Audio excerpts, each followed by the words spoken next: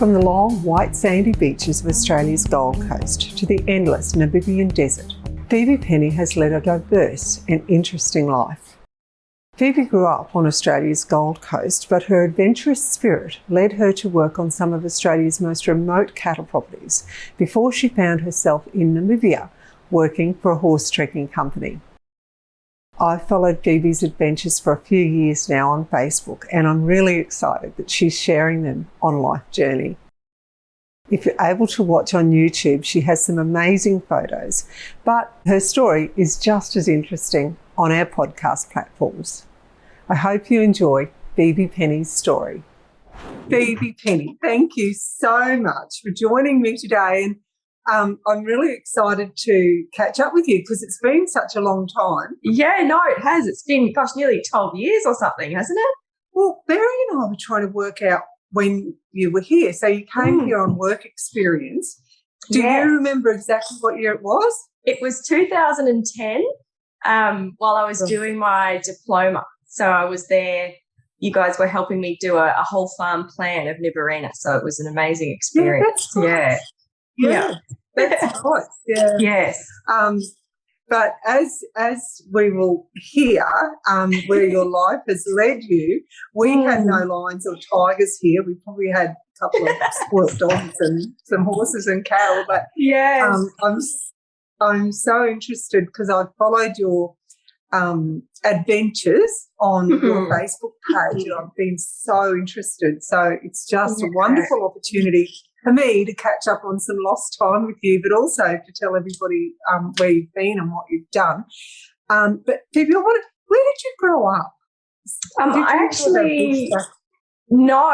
grew up in the Gold Coast hinterland, up behind the Gold Coast, in a sort of little dairy farming community called Beachmont, Lower Beachmont, right on the edge of being in the country and going to town for supplies and stuff. But and then high school, I did go to high school on the Gold Coast, but didn't know what I was looking for, and I certainly didn't find it down there. And it was just through a friend that I heard about the ag colleges, and that's what sent me west, essentially, and I've never really looked back.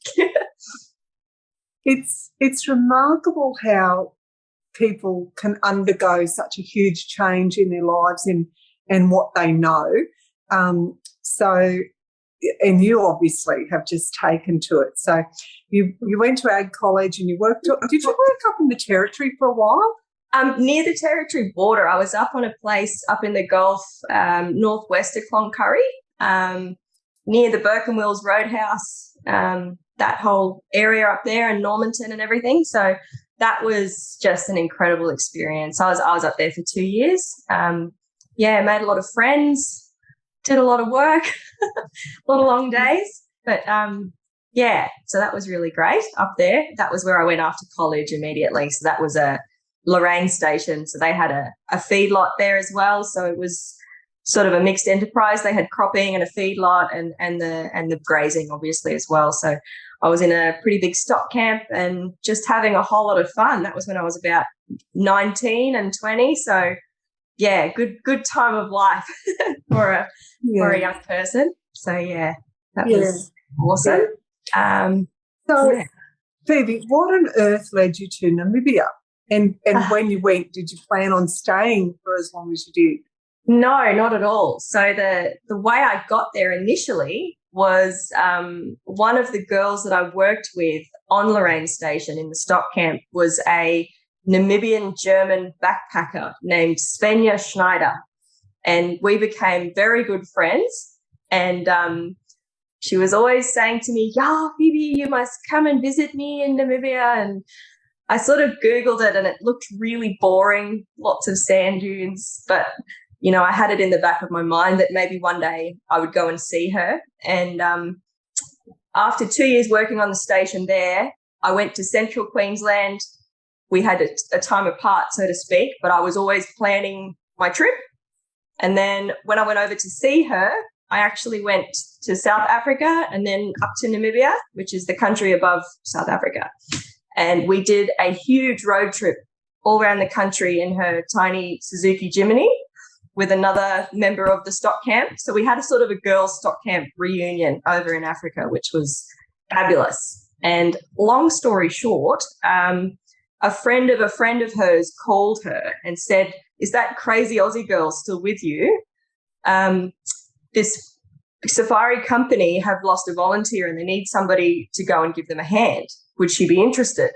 And I was like, yes. So I delayed my flights to Greece and I jumped on a bus and went and joined this safari, basically. So I got dropped off basically at a cattle station kind of a thing where all these horses were, and I helped pack all the gear and equipment and went on this 10-day trip. And I was fresh off cattle stations, so I was doing everything, hooking in and carrying hay bales around and all of that. And they're sort of not really used to that, I guess, a girl really like pitching in with all the physical stuff. So, yeah, so I had a great time, carried on traveling, went to Greece and then America and Mexico, came back home. And basically when I got home, I had an email sort of feeling me out. What are you up to next year? And do you have a truck license? And would you be interested in coming over and running the camp for us? So I was like, wow. So I had to have a few long chats with mum and dad and kind of see how I felt. And we thought, well, it's too good an opportunity to miss. So I was like, okay, I'll go over for a year and see how I like it. So got all my affairs in order. Mum made me make a will because she was worried. I don't blame her. I was going to say, how did they react when you said you wanted to go over there? But obviously they were supportive, but they must have been really worried about you. They really were, because that was also a period when Ebola was quite prevalent, but that was actually in more the northern areas of Africa. But so no, mum was very worried, but she also, after hearing me talk about the time I spent volunteering there, she said, "Phoebe, you have to go. There's no question."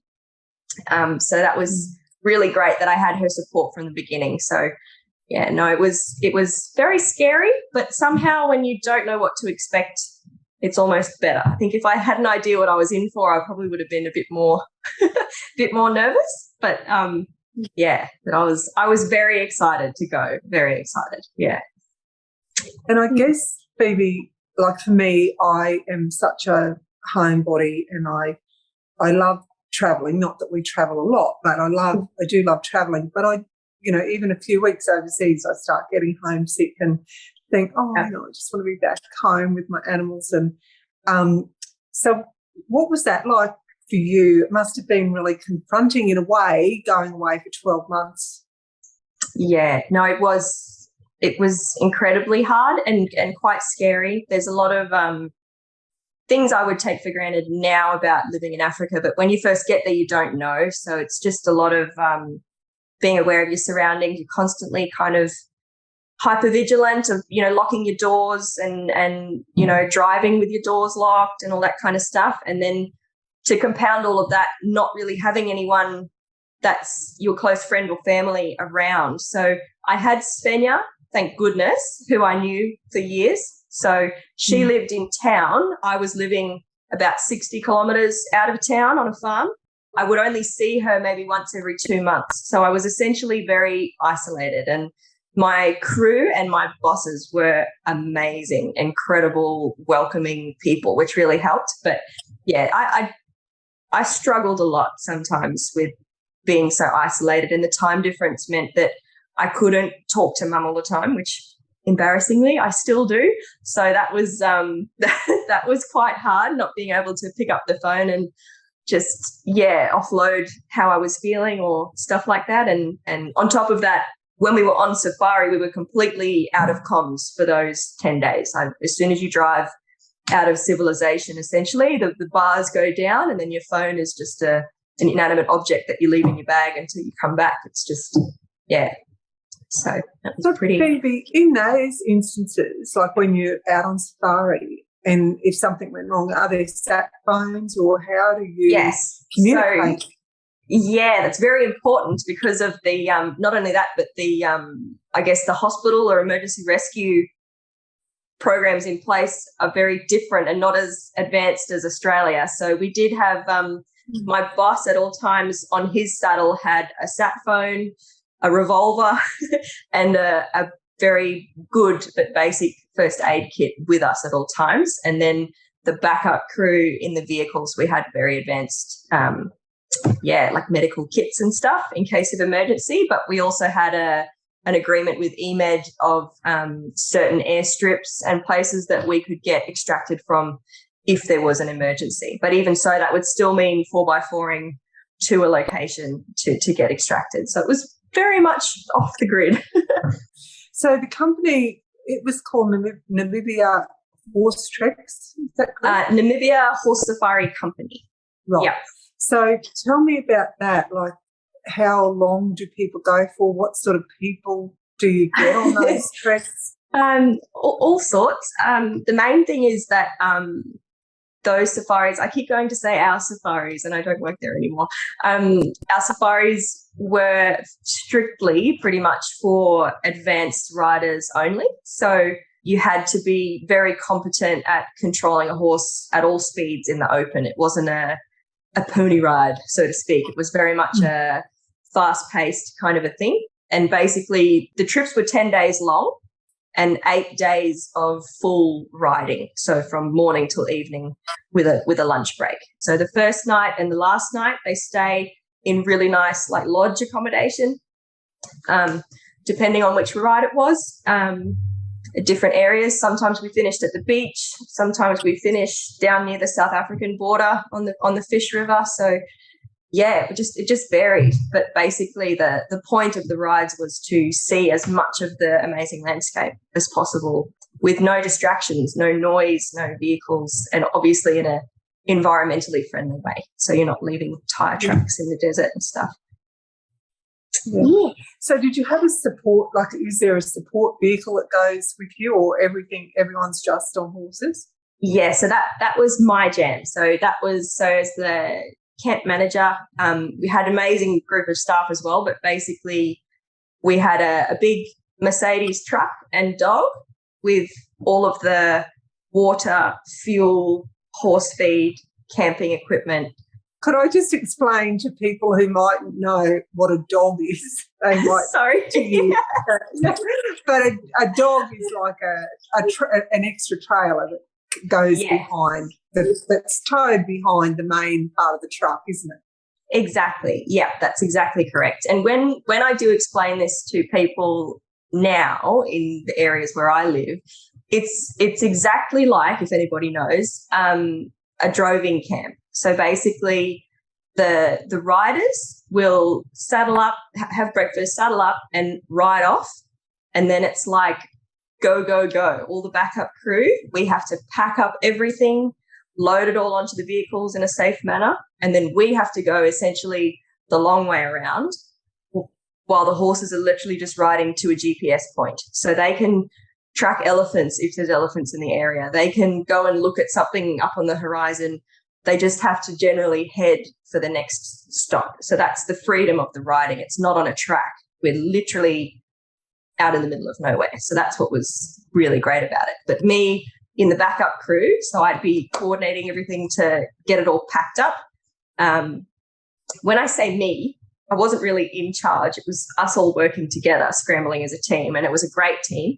And then we basically essentially spend the next 8 days racing the horses to each camp to try and make sure that with very little effort, we've got everything all set up for them to come and unsaddle and have a gin and tonic and sit by the fire and just enjoy the surroundings. And so it was a lot of work, a lot of packing, Yeah, and you must have had to be very organised too, because how many horses would normally be on one of those trips? So for a full trip, we would have 12 guests and 20 horses.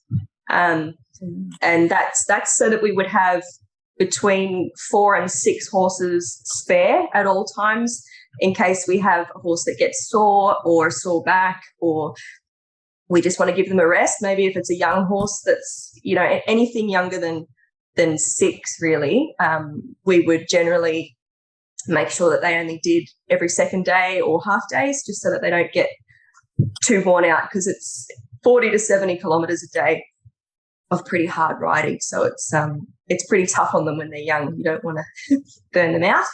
And I guess like the organisation of making sure that the guests were well catered for and well looked after, but the horses too, like that's an enormous undertaking to take 20 horses away for 10 days and have to make sure there's plenty of food and water for them as well. Absolutely. We had Dr. Talani Grayling. She's got a doctorate in desert ecology, I believe, and she owned the company prior to the people who own it now. And she would come with us, and she's extraordinary with the care of the horses. She's actually did her doctorate on the wild horses of Namibia. There's a herd of wild horses in the south of Namibia that are actually the remnants of the German cavalry when they were, I believe, dropping bombs in the area.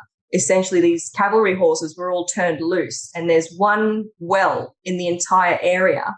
And even though all of the buildings and stuff are no longer there, these horses remained, and they now live within a 40-kilometre radius of this one well, and they've adapted and they survive in this like extreme desert conditions, and they're beautiful. So anyway, she was the main person in charge of the horses' welfare. She was very particular about fitting the saddles to each of the horses. We had a number of different ways that we would pad out the gullets of the saddles to fit the horses correctly, because they do spend a lot of time being ridden. So, yeah, it was very important. The horses were number one priority. Phoebe, did you ever get any people who would arrive saying they could ride well, but perhaps they thought they could ride better than they really could? I have to be very careful what I say here. but yeah, we would. And sometimes it wasn't even their fault, if that makes sense. They may have been very advanced within their type of riding or something, but we did get cases. And I mean, even for me, first time riding on a cattle station, and you go to get out on a big black soil flat, it's very different to stepping on at a riding school or even in a show jumping arena or a cross-country course. It's such a huge horizon. You can see the curvature of the earth. And our horses weren't dozing, quiet animals. They know their job and they're ready to go. So they're not really standing stock still while you're trying to get on. They're quite feisty, and you could see that some people were very nervous, very taken aback by the size of where they were. And we always had a horse pact, so to speak, that was your absolute push button darling of the crowd. So just in case somebody wasn't up for a fiery steed, we had a lovely quiet horse that they could ride just in case. So yeah, it did happen occasionally, not very often, but we always made sure we had one very quiet, very safe horse. Not that our horses weren't safe, but it was just just in case somebody's not quite as bold as they proclaimed in their client information. Yeah, because you're right. How do you know what you don't know, sort of thing? And if you are, you might be the best rider at the little riding school wherever. But yeah, even for me, like when if those really, really long days, if you're not accustomed to it, or if you haven't been in the saddle, even for a few months for a big long day, I get sore and my butt gets rubbed. And gorgeous. Really yes. Yeah. You almost Absolutely. have to acclimatise, don't you? Yeah, and they say, well, I can speak from experience too, but the clients generally say day 3 is the hardest, and then day 4, everybody's in a rhythm. You're used to your horse. Your calluses have hardened up. It's all pretty good from there. But and obviously different tack too. I mean, you've probably got your own saddle that you're used to. I mean, most of our clients were from Europe and the UK, Germany, France, places like that, and they all ride in an English style. So our saddles were, I would say the closest thing would be to a half-breed stock saddle, but without the knee rolls. So they've got swinging fenders and quite a deep seat, but yeah, just a bit different to what English style riders were used to. So in the oxbow stirrups too, sometimes they found really hard to sort of deal with but everybody settled in and that was the funnest part of it, was matching people to horses, actually, because you read their client information, and then obviously we know all our horses inside out and back to front. So you say, okay, well, the way this lady's writing, I think she'll be a good match for so-and-so, and this one's got this experience, she'll like so-and-so. And then what my boss would do, Andrew Gillies, he would meet with them while the backup crew is going to Camp 1 with all the horses to set up. He would be at the lodge for the first meeting, the first dinner, the slideshow, to tell them what they're in for and all of that. And sometimes he would get the horse list that we'd made and just cross a horse out and give them a totally different one after meeting them in person, because you get quite a good idea then of the type of person that they are. And it's, sometimes you think they want this type of horse, and then you meet them and you go, oh, no, we might give you that one instead. and mostly that worked out really well. Wasn't very often. We always said, if you're not happy with your horse, let us know and we'll swap you. That's not a problem. But generally, we tended to get it pretty right the first time. Everyone was pretty happy with their trusty steed. And what sort of horses were they, or are they, Phoebe? Like what breed, what kind of breed are they? All different sorts, to be honest. One of the main things which is kind of odd is that we tried to go for horses that weren't too large, mainly because of how much it takes to feed them, because they would lose a huge amount of their body weight over the 10 days, despite how much we would feed them. So you want the kind of smaller, hardier types, but all of them nearly were crossbreds. So we had quarter horse Arabs, we had warm blood thoroughbreds, we had all different sorts, paint mixes, mongrels, all of them, beautiful mongrels. But myself, I'm not very fond of Arabian horses, but I did find that the crosses that we had with a bit of Arab blood, they did tend to do a lot better in the heat and the long days. They just, nothing really fazed them. The purebred Arabs tended to be a bit fussy on the picket line, because they are on a picket line at night time. So they've basically got to be, the main thing about the horses was temperament, basically. So they had to be really hardy and tough. And then basically they needed to be able to drink when you took them to water, eat when you give them a nose bag, chill out when they're on the picket line. And some of them, we'd take them on one safari and they'd pace back and forth and didn't want to eat, I don't want to drink, and they'd fight with the horse next to them. And it was just a big story. And those ones, generally, we would rehome them. We just try and keep the ones that were suited to being on safari. And some of them are just amazing. They really are. The safari horse, they're so tough. They're so incredible. Yeah. And what sort of thing would you feed them? What would you take on the trip to feed them? Because I imagine that lucerne isn't readily available. It's not. We actually had to, sometimes we could get it in Namibia, but a lot of the time we had to import it from South Africa. But we managed a good contact. The last 2 years I was there, we were able to get lucerne really easily. But yeah, we would feed them really high quality grass hay. That was the main bulk of what they would get fed. And then 3 times a day, they would get a nose bag of a pre-mixed equi-feed of a maintenance level, so not too high energy, just to maintain that calorific intake. And then we would feed them fibre beet and then copra as well, controversially. The last 2 years, I know some people are very for it and against it, but it would be soaked for 12 hours beforehand. And we did find that really helped with just their general condition. They would stay very shiny and bright and not lose so much weight through the trip, even though we would feed them pretty constantly.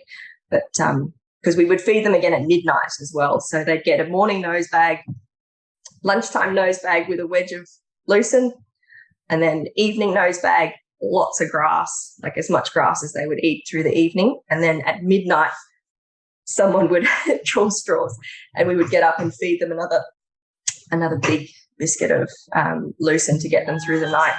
So just to make sure they're having enough, and to stop them bickering through the night. You know, children getting bored on the picket line, they can sometimes, have a little argument with each other. But, we tried to put friends with friends, so that didn't happen very often. Yeah.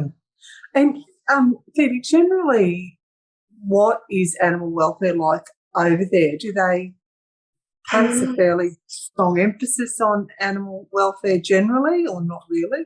No, that was quite hard to see. A lot of the time, you see some. It's like anywhere, you see some really horrific things. I guess more so than in Australia, obviously. Just general mismanagement, like as in they treat the animal as a tool or an object. I saw a horse, tied up somewhere, and it had a saddle ratchet strapped onto it, stuff like that. Donkeys being ridden with bicycle chains and just all kinds of awful stuff. Just horses hobbled with wire, like literally their legs cob and code together.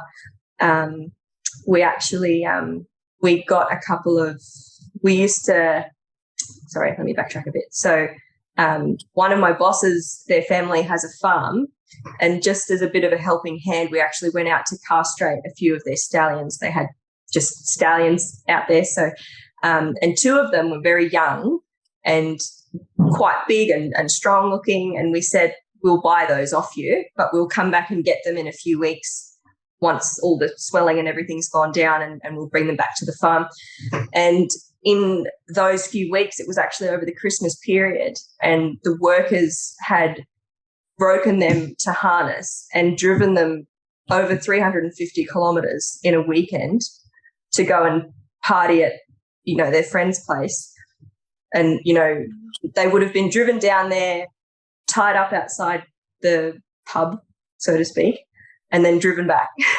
And they were just skin and bone, like they were big horses. And when we went to pick them up, I didn't recognise them. They were skin and bone. They had hair off them everywhere where the harnesses had rubbed them raw, like pink. And anyway, for the weeks afterwards, I was peeling strips of skin off them where they'd been whipped that hard that it had killed the skin underneath, it's just such a silly waste. So short answer, it's really awful sometimes, but you get other people that the horse is their absolute pride and joy, and they are so careful with it, and the nose band is padded and they brush them every day, and it's like having a 200 series Land Cruiser for them. They just absolutely make sure it's immaculate and really well looked after, and it's their pride and joy. So I think it depends on where they're coming from as to what they're using the animal for. But you do see some pretty hard things. And, it must be so confronting to feel so powerless when you see things like that happening, because what can you do, really? Yeah, it is. And not everyone, but to a degree, the people that live there have lived there for a long time.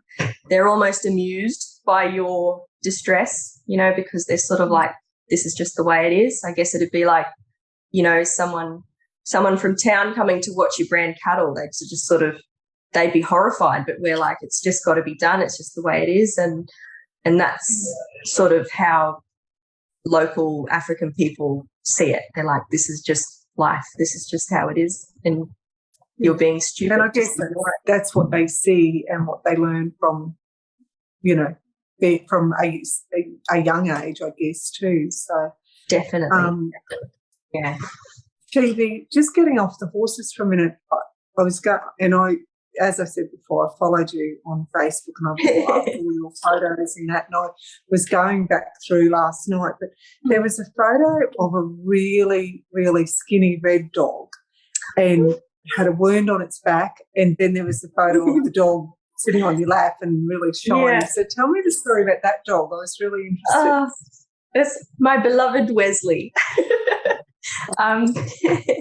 So the farm where we lived was about 60 k's out of town, and next door was actually an auction pen for wildlife. So they would be one weekend a month, there'd be an auction where they'd be selling zebras, giraffes, antelope, right next door to where we lived. And same as with cattle, when you're selling things in large numbers, occasionally one would break a leg or be injured and have to be shot. And they had a big pit out the back where they would dump these carcasses. And basically we had mares that were due to foal. So I had taken my 2 big Ridgeback dogs for a walk in the evening just to go and see the girls and see who might need to come in to have her foal or whatever. And they took off chasing this little yellow streak. And when I got there, it was this small, emaciated dog, very frightened. He just had his eyes closed. He crapped himself. It was just grass, and he was just skin and bone. So I could see he was starving. And I picked him up and I took him to where my workers live and said, "Is this your dog?" And they were all like, "No, no." And I found out later that they'd been throwing rocks at him for days because he was coming around to their houses trying to steal scraps and stuff. So they knew he was there, but they just didn't tell me. So I brought him in and washed him. He was covered in ticks and everything. And the farm, we were leasing it off a vet. And basically I asked if he wouldn't mind when he came out to scan the mares, if he would just have a look at this little dog I'd found. And basically, he was starving to death. He'd just gotten his adult teeth. So he was just past puppy stage and he seemed okay. We cleaned him up, pulled the ticks off. But then in the next couple of days, when I went to touch him, he was really friendly at first. And then when I went to touch him, he would scream and yelp and try and bite me. And I was, what's going on? And when I took him into the vet, it turned out he had very severe tick fever. He was very, very sick. And as a result of that, all of the tick bites on his back kind of made this big necrotic bit of tissue, and he was just rotting to the point where I could see one of his ribs. The deterioration got so bad. But he came good, long story short. I put these little T-shirts on him and stuff so he couldn't get to it, and he just kind of slowly blossomed into this beautiful little dog. He was so timid and so afraid of people. And then, he just turned into this little darling. He's still very very cautious at first when he meets new people and stuff. But I hear now he's still living where I lived with my boss, and apparently every new volunteer that arrives, he becomes their favourite again, and he's carried around like a baby. And, he was just a very sad little story, but he became this amazing little dog. And, I considered bringing him home, but he just, I think even me restraining him, who he knew really well, he would start to panic if you really. So the thought of putting him in a cage and, having people looking at him and stuff going through quarantine, I think he would have just hated it. He would have been an absolute mess. Yeah.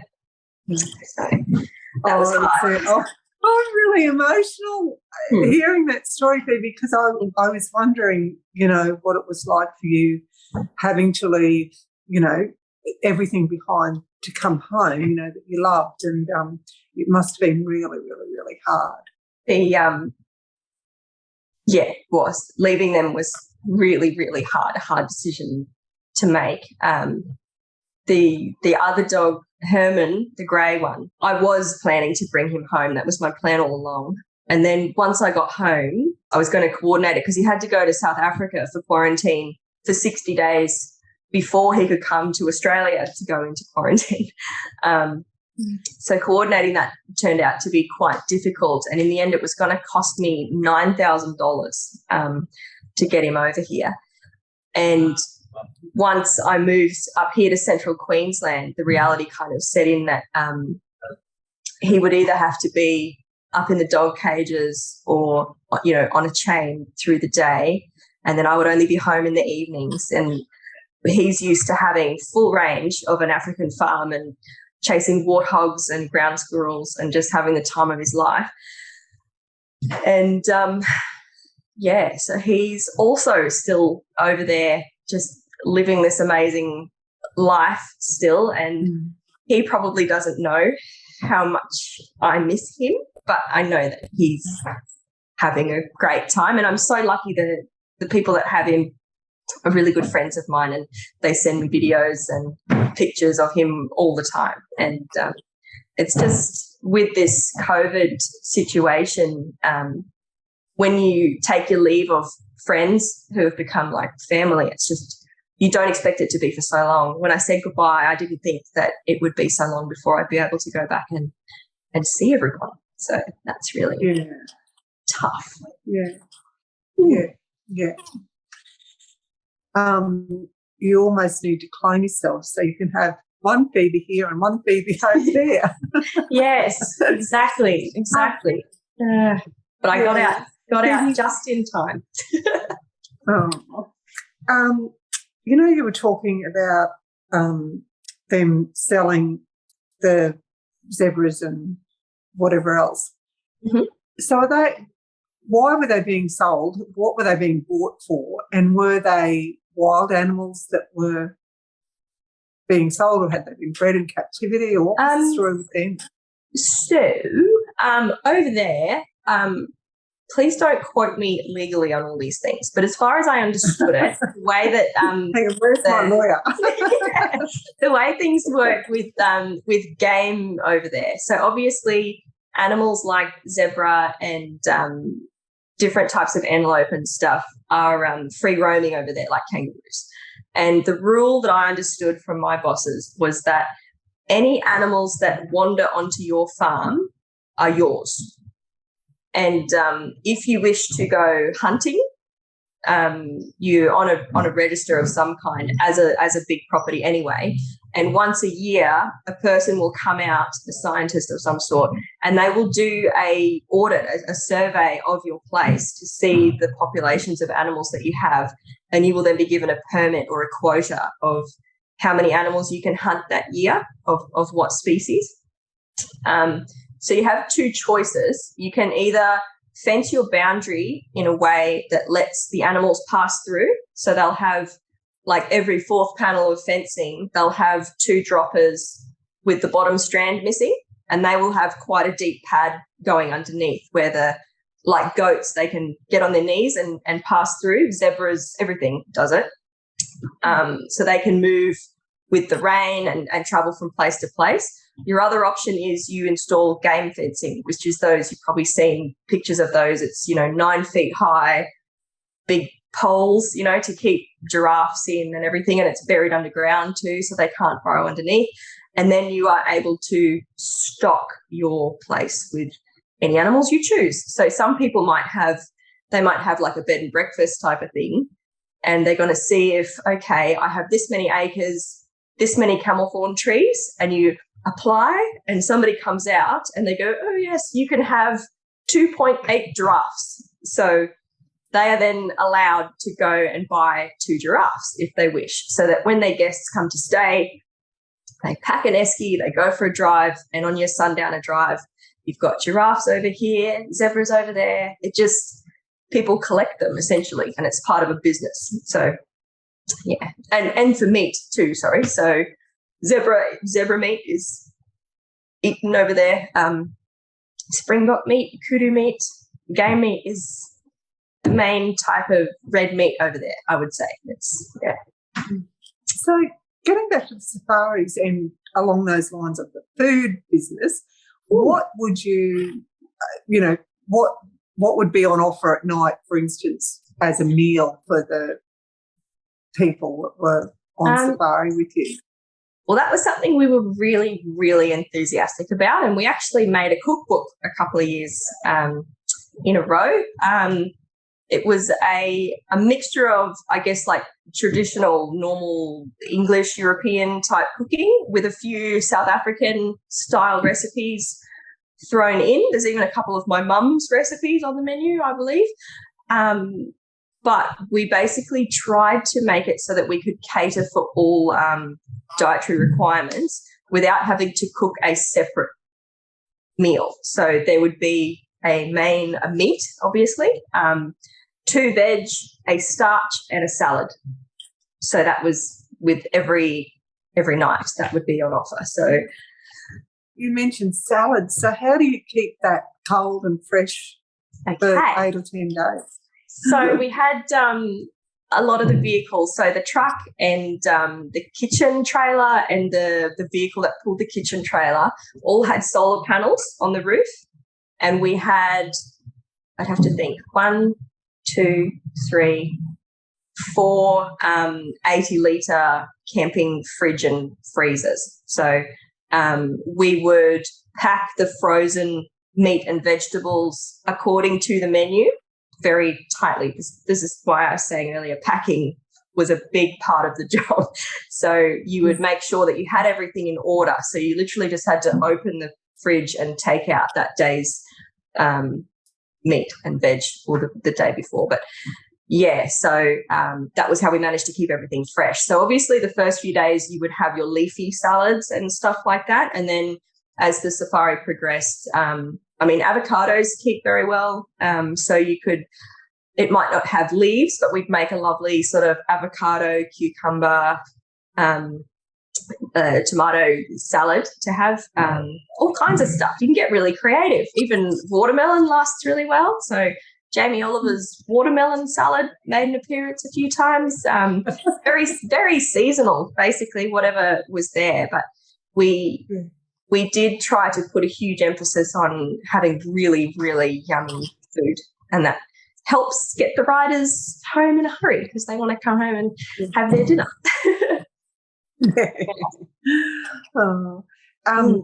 Phoebe, I was reading where one night you were chased by lions.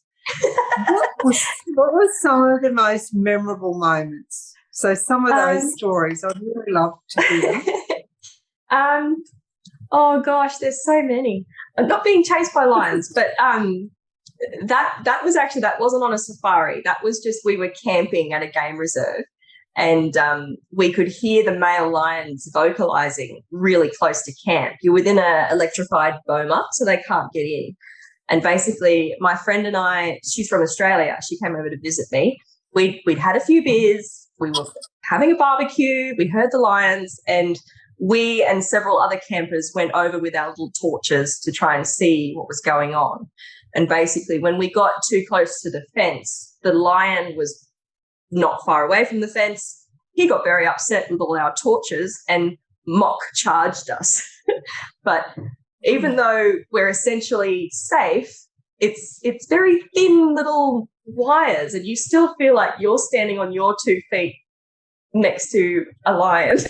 And yes, so we ran hysterically screaming back to camp, and it was very fun. But on safari, we had a couple of fairly close lion encounters. Only at night. They're very cautious. And basically, we were camped in an area where there are a lot of elephants and lions in a dry riverbed. And we weren't keeping watch at that stage because we heard that the lions weren't in the area. But what happens when elephants come close to camp is the horses, the snort that a horse does when it's a bit spooked. They make that sound. So you would wake up to the horses being restless, and when they're frightened, they would spin on their ropes, trying to, they know they can't run away, so they would sort of spin. And we were sleeping. We just slept in the open on a stretcher in our swags. We didn't have tents, so I would have to unzip my swag, put my headlamp on, and go and see what was happening and calm them down. And what was happening is there was a family group of elephants not far from camp, just feeding on the trees in the riverbed. So it was quite lovely. You'd sort of have a bit of a midnight. You'd stand there patting the horse and watch the elephants go by, and then all the horses would calm down and say, all right, we'll go back to sleep. And that happened twice more to the point where the elephants weren't so wonderful anymore, and you were thinking, oh, for God's sake, just go somewhere else, which I'd really like to get some sleep. And then the third time it happened, one of the horses, whose name was Rupert, incidentally, poor Rupert, was really panicking and pulling back on the picket line, which was making this awful guitar string sound. So a few of us staff have jumped up and sorted him out, and we're like, what was he freaking out at? And we walked a little distance away from where he was, looking with our torches, And suddenly there in the sand is huge lion print, and the lion had actually come within about 4 meters of Rupert. And obviously when we've all jumped up and turned our lights on, it's run away. But it was literally, you could see where it had come. It had come up out of the riverbed and must have been literally, crawling from bush to bush. So he probably would have been frightened, and then the closer it got, he's just panicked. But it never had a chance to actually go for him. But needless to say, there was a big change of policy after that night. And when we were in that certain region, we would keep lion watch. So we'd take 2-hour shifts each and sit up and drink a lot of coffee and keep the fire going, and just having some light and movement and presence would keep the lion away generally. Yeah. And then there was the last one, which was the most amazing one. One of the last safaris I did over there was actually the night before my birthday.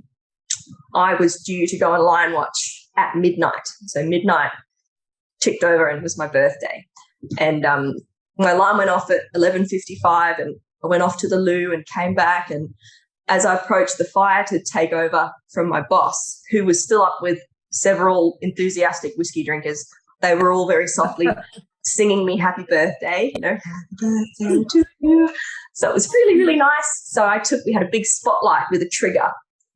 And I walked out to the edge of camp and thought, all right, well, I'll do my first scan. So you would just scan around with this spotlight, again, for light and movement and to see if anything's out there. And the first thing I saw was a large beige shape, a few hundred meters away. And I thought it was a springbok. I literally passed right over it because there were antelope, sort of grazing out in there. And I've come back again, and this animal has then looked, and it was like, my, what bright eyes you have. They're just the most enormous reflections coming back at me. And I thought, jeepers, what's wrong with this springbok? It looks a bit funny. And then basically it was at that, it was sort of going diagonal, and then it sort of turned and it wasn't prowling, but I started, as it came closer, I could see the shoulder blades, coming up behind, and I was like, that's a bloody lion. It's about 100 meters away, just walking nonchalantly towards camp. And I mean, I think it was full moon, and I bet you we were sort of up on a bit of a hill, and I think in the moonlight it must have just looked like a buffet, these 20 horses all strung out standing there. So she probably thought all her Christmases had come at once, and I didn't want to frighten everybody who was sleeping, so I turned to my boss, who was just over my shoulder, and was going, Andrew, meow, meow. I didn't want to scream out, there's a lion. So yeah, he came and stood with me for a second, and we sort of scratched our heads and wondered what to do. And we went and got Andrew rides with a bullwhip, just in case there is animals that need, just to let them know that we're there so they have an opportunity to leave. And yeah, we ended up having to wake everybody up because she wasn't in a rush, but she was just coming to camp. So we had to crack the whip a few times, and she sort of, exactly like a cat, she stopped and she was lashing her tail and looking at us and like, oh, what are you doing? And then she sort of turned and looked over her shoulder and walked away again. But about every half hour you'd scan and she'd be in a different spot. She was just walking around the whole camp, But I guess in the desert like that, opportunities don't come up very often. She was probably pretty desperate for a feed, I reckon. But, yeah. It was very exciting the next morning when we all saddled up and, went to find her tracks and see where she came from and where she went. And, it was a very good birthday present. I'm just loving this story, Phoebe. It's just incredible. Oh, my gosh, I'm so jealous. I miss it. So I like talking about it. Do you think you'll go back, Phoebe? Definitely. That was one of the first things I did when I came back, was I made a separate bank account from savings and everything, and I just called it Namibia. And I have $10,000 in there at all times, just ready to go.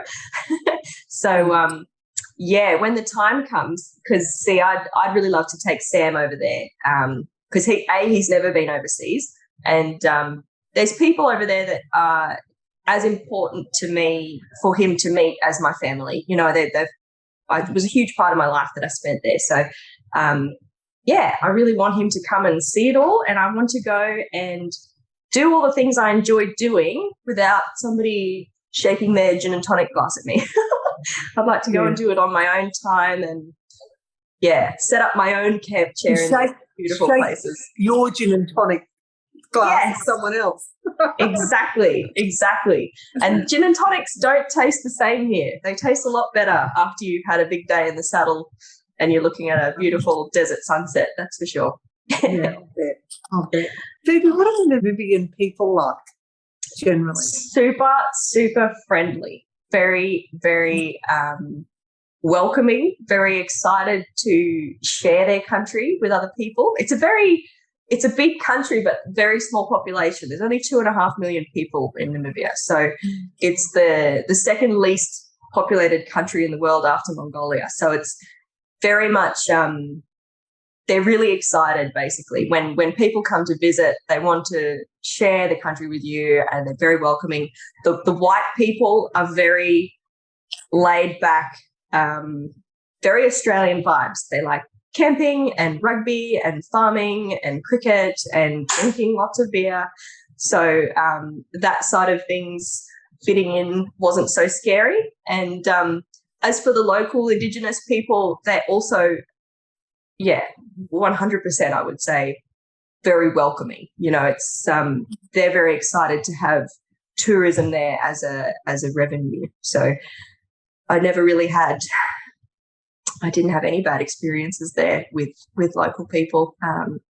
It was pretty fabulous. Just different. It was very different. Actually, coming home, I must say, was more of a culture shock than going over there, weirdly enough. I found it very, coming back here and adjusting back to Australia was quite difficult for me. I've had a few hard days just missing Africa and my friends, and it's just everything works so much better over here, but there's also a lot more rules and everything is very rigid and it's different. And my biggest mistake was the first thing I did, I think the day after I landed, I went to a big shopping mall on the Gold Coast, and I nearly had a panic attack. I think it was just so many people and so much, it sounds weird to say, but so much choice just walking through, and there's just so much consumerism and things to buy and fashion, and I was living a very basic, dialed back life over there. So to plunge back into people talking about what brand of handbag they have I was thinking, what time's sunset today? It was just a different shift in my, But anyway, I'm good now. I have acclimatized back. I've got some plans in place, and it's just life is really, really good at the moment. So that's the main thing. And we've got lots of grass. I hope you've got lots of grass up there. Yeah, we do. Yeah. Which is lovely. And it's nice water. Definitely. Phoebe, how long were you over there for altogether? 5 years. So I went over in early 2015. So I was there from early 2015 until the end of 2019. So I came home in November when all the bushfires were raging everywhere. And then I think by January or February, I think they started closing all the travel down. And so that's 5 years. Yeah. Oh, Phoebe, thank you so much. I think you should write a book and have all your beautiful photos and stories, and because I just and I was reminded again last night of all your adventures when I was going through your Facebook page. I spent about 2 hours reading things, and that's cool. Not just because I was going to talk to you today, but because it's also interesting. There's one video that you've got up there of this leopard coming out of a tree to this antelope down the bottom. Oh gosh, so much. Yeah, no, it was a great experience, and I'm very glad that I do have. I hope they don't disappear if the internet crashes, because I need to maybe get them all down. But I did use social media in those days as a form of journaling. It was a bit of a decompression ritual. The night I got home from safari, I would have a very long hot shower in a real bathroom, get in my dressing gown, dog on each side, and I would go through the pictures that I had taken on that trip and write a little something about each picture that I had chosen and what it was. And yeah, that was kind of a way to come down off safari. It's kind of I really enjoyed that part of it. I don't have much to write about these days. I'm too busy just working, and it's not the kind of work that you want to write things about, but yeah, that's life. Oh, well, you just need to go and put it all and make it available for people. So maybe I will. Thank you. Well, I think you should. Phoebe, thank you so much. I've really enjoyed chatting with you, and you've made me want to go to Namibia now and go on a safari. Well, if you ever need any travel tips, I have so many lovely contacts of places you could stay. So if you ever do. Thank you very much, Phoebe. Thank you so much for your time. You're very welcome. Thanks for talking to me. I was so excited to be able to chat about it. Oh, thank you. Thanks so much for watching our video. I hope you enjoyed it. And please try to remember to just click on the subscribe button so we can keep you updated with everything that's happening. Thank you.